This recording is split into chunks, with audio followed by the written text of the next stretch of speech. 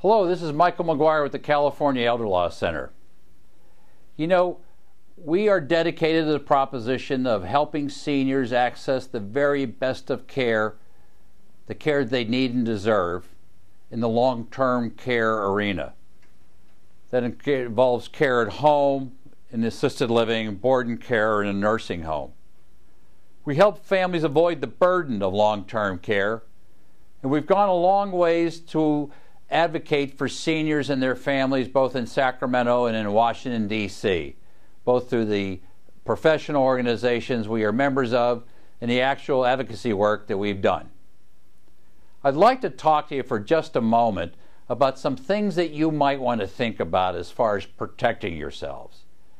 I'm sad to report to you that there are a lot of people that prey upon seniors, that prey upon them as far as getting access to their money, their house. These predators present themselves in the same scenario over and over again, and there's some things that you can do, in fact, to protect yourself or to protect your loved ones. It's not always easy for a senior. I understand that.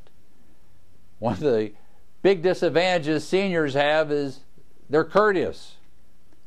But I will tell you this. Let me give you some tips about some things that you may want to think about. If you're fortunate enough to have an elder law attorney representing you, my suggestion would be to do this.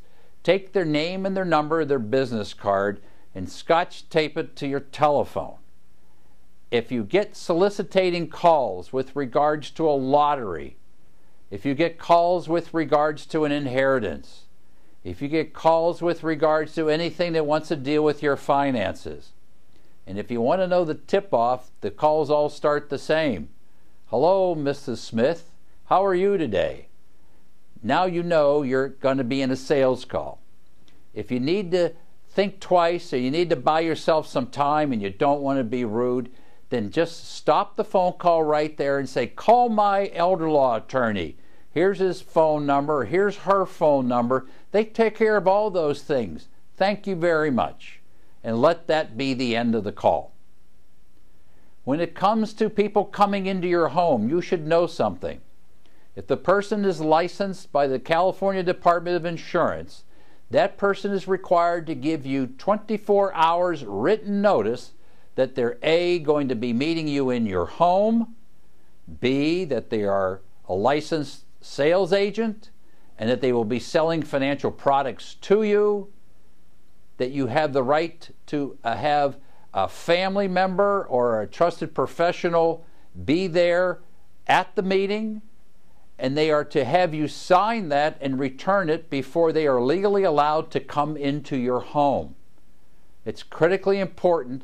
These rules were put in place to protect seniors from being subjected to high-pressure sales techniques. There's a new, very unfortunate scam sweeping not only up and down California, but from around the country. Veteran programs, primarily the pension program commonly referred to aid and attendance, allows you to take some deductions when it comes to your assets. This is starting to become widely abused. For people who live in an assisted living, that is their home. They are entitled to that 24-hour written notice.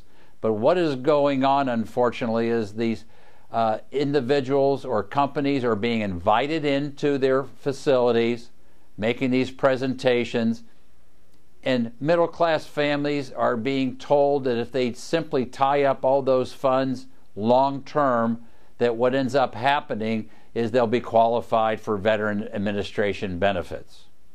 What they're not told is they didn't have to tie the money up long-term. What they weren't told was they may have forfeited their medi-cal benefits. They may never be qualified for medi-cal because of these strategies. What they've been told was some attorney, almost nameless, never met the person, is suddenly providing legal documents for them. Beware, beware, beware. It's against the rules of the state bar for an attorney to be engaged with a client that they ever met or talked to or developed what their issues are. Use your head. If you're not sure, stop and call a trusted friend, call your family, call your elder law attorney. Having some kind of a plan created ahead of time gives you a place to go back to, a place to vet all these kinds of attempts to rip you off, and so that you can remain safe and not live with that anxiety. If you have somebody who does not understand the rules and the ramifications of transferring real property, be very, very cautious. If you're giving away, or you're releasing interests, or you're putting a big stack of documents in front of you that you don't understand and nobody has sat there and meticulously explained them to you, do not sign them, please. You have available to you adult protective services.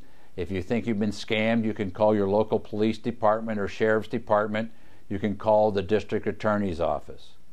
Unfortunately, so many seniors that are faced with these issues so many times are not in a position to do that. They're counting on somebody else to do it for them. Do you remember when I started our series of talks, I said, how are you going to pay for care and who's going to take care of you?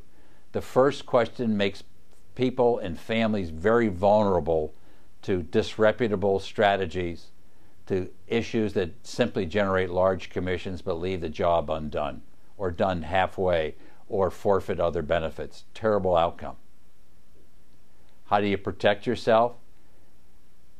I'm going to tell you something else that I'm very disheartened to have to share with you, but I will be honest with you. Probably in the last year, our office has seen more cases of elder financial abuse than any time in my entire career. I think it's a direct result of what's going on in the economy. So even sometimes when we're dealing within a family, you have to be extra cautious about how these issues are handled. I can only tell you how important it is to do it ahead of time. You'll get a much better outcome, answering the question of who's going to take care of me. If you are the adult child of a senior charged with the duty of protecting them, then I would urge you to create a plan that accommodates all the beneficiaries, but at the same time creates a plan that safeguards the senior. That takes some planning from a qualified elder law attorney. It takes some planning from an attorney that's accredited before the Veterans Administration. It takes some thought and it takes some skill, but it's worth it. Avoid anybody who's telling you they can give you this great return that nobody else is getting because they have a good idea. Believe me, if the idea was good, you and I wouldn't know about it. The big banks would suck it up and they'd take care of it. It doesn't work that way out there. There's no free lunch in this process. You're not going to get some extraordinary return because you're clever. We're going to get exactly what is out there in the marketplace. Stick to dealing with reputable firms, big name companies. Find the people that are recommended to you by your friends, your relatives, and your trusted advisors. Develop a relationship. We have many, many, many clients who call or stop by our office with a question. They want to have something looked at. They want to make sure this doesn't sound right. We're always willing to do that. And I think you're going to find almost every elder law attorney that I know is going to be willing to do that for you. So be alert, use your good common sense, and protect yourselves. Because what's going on out there is not very pretty and can have devastating consequences. As negative as all this has been, remember, the flip side of this is to do a little quality planning with a quality, verifiable, documented advisor who's got the credentials to help elders, and you're going to have an outcome that you're going to be very, very happy with. Thanks for joining us at the California Elder Law Center. This is Michael McGuire saying goodbye until next time. Thank you.